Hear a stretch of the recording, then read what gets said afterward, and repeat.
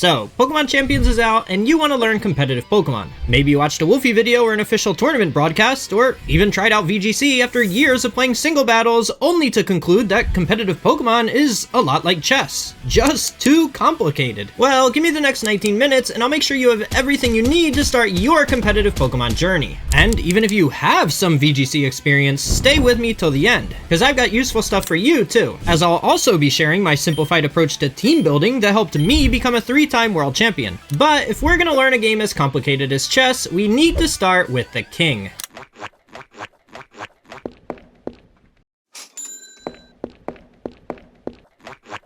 Okay, but seriously, I put my 15 years worth of VGC knowledge into a single video to try and help anyone get into VGC no matter your experience level. So let's start with what's always been the biggest hurdle for anyone who wanted to get into VGC before. Dude, what are you doing? What do you mean? Can't you see I'm breeding a team here? I got a tournament in 3 days. Huh? Haven't you heard? We don't have to do this anymore. That's right, IVs are a thing of the past, because you can now build complete battle-ready teams with the click of just a few buttons. So if you have the Pokemon you want to use in Pokemon Home, you can just send them to Champions as is and train them all within minutes however you like and with perfect stats. Even without Pokemon Home, you can recruit the Pokemon you need in Champions with the in-game currency you get just from completing tutorials and battling online. So with competitive Pokemon's biggest hurdle cleared, let's talk about the official format for VGC Double Battles, which, as the name suggests, pits your Pokemon in a tag team battle 2 versus 2. While most moves still behave exactly the same as in single battles, it's important to understand the moves that don't. Some, like Blizzard or Heat Wave, hit both opponents' Pokemon, while others, like Earthquake or Surf, hit all Pokemon on the field, including your ally. But because these moves have the potential to do way more total damage to the opponent, their power in double battles is reduced to just 75% of their power in single battles. And in that same vein, support moves like Reflect and Light Screen that cut the damage of your opponent's attacks in half in single battles only reduce them to 2/3 of their original power in double battles. And last up are the double battle exclusive moves. Wide Guard blocks all those aforementioned what we call spread moves from hitting both your Pokemon. Follow Me allows you to redirect attacks that target only one Pokemon away from your allied Pokemon in order to keep them safe, while Helping Hand boosts the damage of your allied Pokemon's next attack. Now, moves like Protect and Fake Out aren't exclusive to double battles, but they're used way more here as they're both great moves at keeping your Pokemon safe in the face of multiple opposing Pokemon. And speaking of Fake Out, it's important we cover move priority next. Most moves are considered to have a priority of 0. Some moves, like Trick Room, have a negative priority, meaning they move after most regular moves, while some others, like Extreme Speed, have a priority of +2, so it'll move before most regular moves. And when it comes to moves of the same priority, then it's exactly as you'd expect. Whichever Pokemon is faster will use their move first. I'll put a link to a great resource for move priorities down in the description.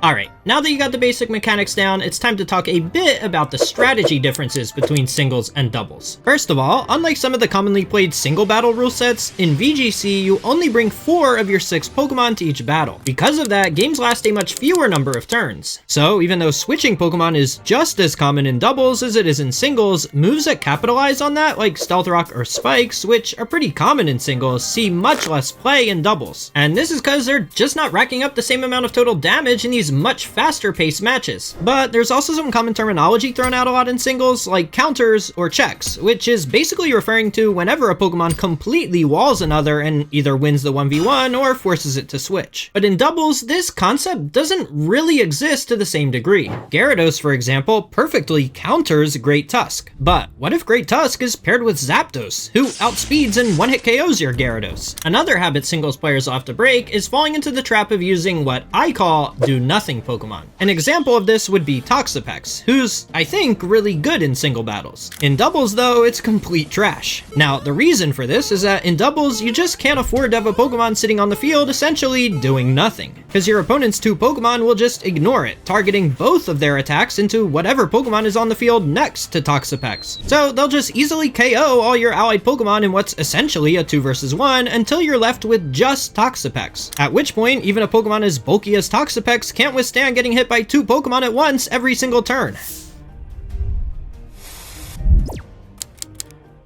But while we're on the topic of stall strategies, let's talk about VGC's archetypes. We have weather teams, utilizing sand, snow, rain, or sun, tailwind teams, which gives your entire team a speed advantage to overwhelm opponents with hyper offense. There's the kind of opposite of that, trick room teams, which reverses the speed advantage and makes slow offensive Pokemon move first. There's also raid boss teams, where you have one Pokemon with a bunch of stat boosts to carry you to victory, as well as terrain-based teams, Irish Song teams, and a whole lot more. You'll get more familiar with all these archetypes as you start battling, which leads me to the next topic. Cause I'll be honest, after you have just a decent, even if far from perfect, grasp of the mechanics of competitive Pokemon, it's best to just jump right into actually battling. And the absolute best way to start is by using other people's teams first. While it may seem like yoinking other people's teams is bad, after someone competes at a tournament and either doesn't plan to use that team again, or just wants to share whatever brilliance they've cooked up, they'll share their team publicly. And the entire purpose of this is for other people to enjoy using their team too. Now look, I know it's tempting to try your hand at team building, and we'll get there, I promise, but you just gotta trust me on this. Cause this experience battling with other people's teams is gonna provide the knowledge base you need to actually know what you're doing when you start building your own teams soon enough. But I'll have a resource linked down in the description for you guys with a bunch of public rental teams. This will let you focus on improving at battling, learning the metagame like popular archetypes and common moveset and team choices, as well as just getting more familiar with all of Pokemon's different mechanics. And if you find yourself losing to certain kinds of teams or specific Pokemon pairs, try them out yourself to learn their weaknesses so you can better understand how to beat them. After a while, you'll start to have an idea of what kind of Pokemon, what kind of archetypes, and what kind of teams you use best. Then you'll be able to start attempting to build your own team. Now, just make sure you're not some robotic zombie while playing. You really gotta reflect on your matches both during and after. Take notes mid-battle if any strategies or combos pique your interest, or if any weird mechanics confuse you with how something works so you can look it up later. And after the battle, reflect on what moves you could have made better. Just don't be too hard on yourself with this because you are still learning. But an important thing to keep in mind is that while the game may seem overwhelming with all the things going on in a single turn, with a single press of a button, Pokemon Champions does at least tell you every stat boost and every field effect in play, as well as when they'll end. Just make sure you're always paying attention, even during the animations, because the game can reveal absolutely crucial information at moments you don't even expect. Did your Pokemon recover HP from grassy terrain before your opponents? Or when you sent out your leads, did your Pokemon's ability activate before your opponents? Well, this might clue you in that yours could be faster. These are things you might miss if you're not focused on the match at all times. And in competitive Pokemon, you need to start focusing even before the battle begins. So let's talk about team preview and open team sheets.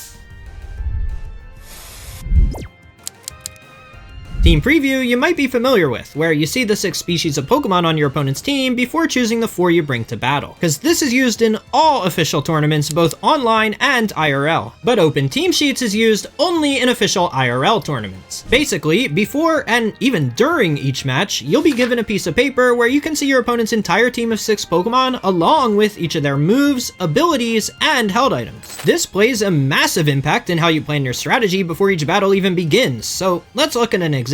Imagine you're playing in an official online tournament like the Global Challenge. Here, there's no open team sheets, but we still have team preview. Now, if you see your opponent has a Mega Metagross on their team, you might actually be scared to bring your ground-type Landorus to the battle, because despite Landorus being able to knock it out in a single hit with a super effective Earth power, Mega Metagross is faster and can learn the move Ice Punch, which would KO Landorus before it can even move. But remember, there's no open team sheets here. So you have no idea if that Mega Metagross has Ice Punch, since it learns a ton of other really good moves. In an open team sheet environment though, you no longer have to play against Schrodinger's Metagross. If it doesn't have Ice Punch, your Landorus can survive a hit and one-hit KO it. If it doesn't have Stomping Tantrum, maybe now your Incineroar looks amazing against it. And if it doesn't have Psychic Fangs, your Urshifu Rapid Strike won't care about any of its attacks. So managing this kind of information battle or risk tolerance or however you want to describe it is extremely important in mastering both kinds of tournaments.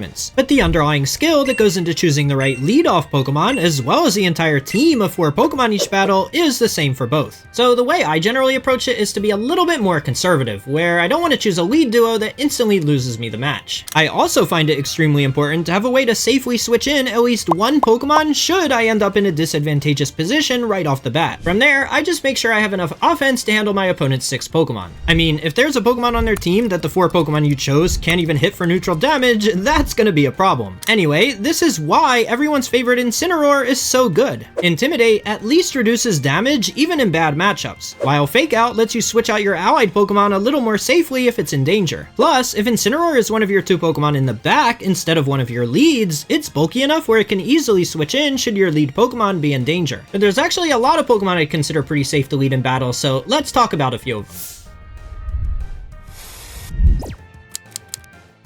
Pokemon with abilities that activate immediately to guarantee you get value out of them no matter what the opponent leads, Pokemon that can easily set up a field effect to support your team, and more supportive Pokemon that are relatively bulky but still threatening. Even on more offensive teams, you can still find the right balance. Here's an example from the biggest tournament in Europe where Wolf leads with Tornadus and Fluttermane with Urshifu and Amoonguss in the back. Tornadus can almost guarantee Tailwind goes up, Fluttermane will move before everything else and does massive damage, Urshifu is the backup offensive weapon once Fluttermane goes down, and Amoonguss is bulky enough to be a safe switch-in should Wolf ever end up in a poor position, where it can offer some support to keep his 2 main damage dealers safe. You just have to be careful about avoiding situations where both your support Pokemon, in Wolf's case it's Tornadus and Amoonguss, are ever on the field at the same time. But while we're on the topic of managing which Pokemon you have on the field at the same time, it's also important to manage which Pokemon your opponent has on the field at the same time, because sometimes less is actually more. It sounds crazy, but it can actually be optimal not to KO your opponent's Pokemon.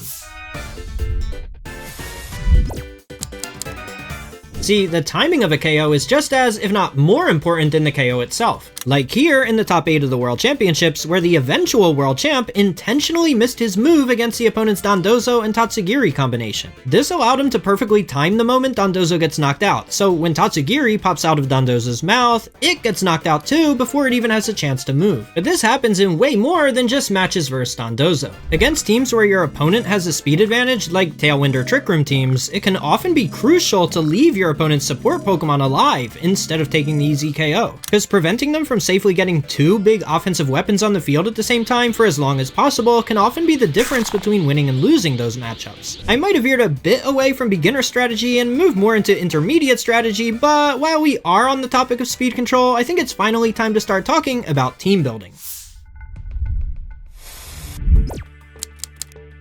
Because speed is the most important stat in all of Pokemon. Now, we'll get to the exact process I go through in deciding how to train my Pokemon in a bit, because spoiler, speed plays a huge role. But first, it's important to understand the metagame, because you want to ensure the team you're building has a good matchup into what a lot of the player base is using. And this is exactly why I recommend battling with other people's teams first. So let's look at an example. Way back in 2017, at North America's International Championship and Spain's Regional Level Championship, 2 of the last major tournaments before that year's World Championship. And there was a pretty clear trend to pick up on. The legendary Pokemon Tapu Koko was on 7 of the top 8 teams in both tournaments. So heading into the World Championships, it was clear what Pokemon players needed to either use themselves or make sure their teams could beat. Which is why, while we continued to see the dominance of Tapu Koko at Worlds that year, it was a Pokemon none of North America or Europe's top players were using at those last few tournaments before Worlds. Because Lightning Rod Alolan Marowak, who completely shuts down Tapu Koko, was on half of the top 4 teams, including the eventual World Champions. But team building in Pokemon isn't just using the most common Pokemon while also adding Pokemon to counter them. You have to start by deciding on what we call your team's core.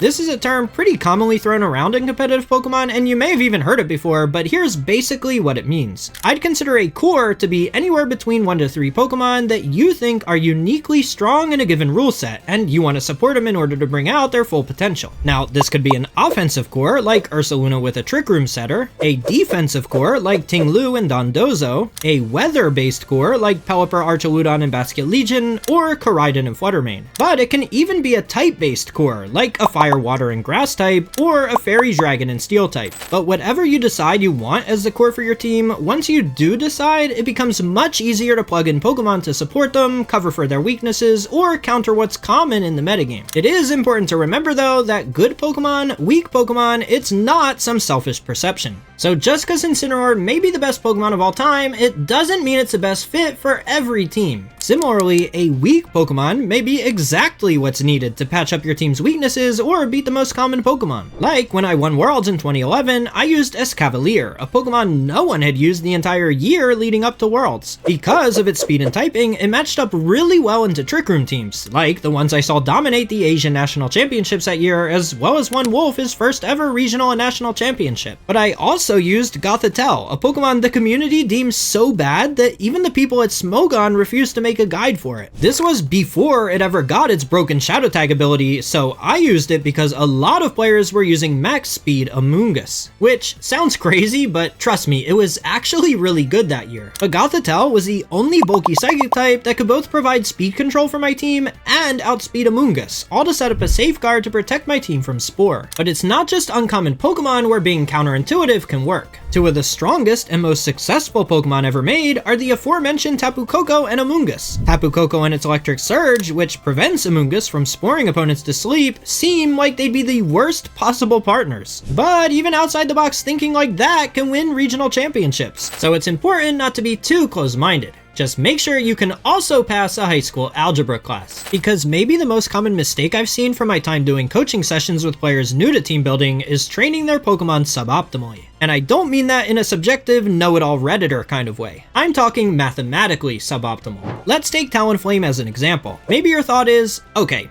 Talonflame's attack is kinda low. Like, lower than Amoonguss kinda low. I'll give it a Life Orb, and since I want to make it do more damage, an Adamant Nature too. Now you do some damage calculations to decide your attack investment. And I've got a link to the damage calc I use down in the description. But you notice that with an attack stat of 132, you can just barely always one-hit KO max HP Rillaboom with Brave Bird. So you invest a chunk of your stat points into attack. Then you decide you want to outspeed max speed Charizard for when Gale Wings is no longer active. So you take Talonflame's speed stat up to 168. This is another large chunk of stat points, but it still leaves you with a bunch left over to invest in your HP to keep Talonflame alive longer. The only problem, this was a completely suboptimal way of training your Talonflame. Because if you instead used a Jolly Nature, you could hit the exact same speed and attack stats, but with more remaining points to invest in your HP and defenses than you did with an Adamant Nature. Because unlike stat points, natures provide a percentage increase. So the higher the base stat the nature is boosting, the more stat points you're getting. While just picking a nature that raises your highest stat isn't always best, it is important to at least double check that you aren't leaving any stat points on the table. So I think now's a good time to talk about how I train my Pokemon.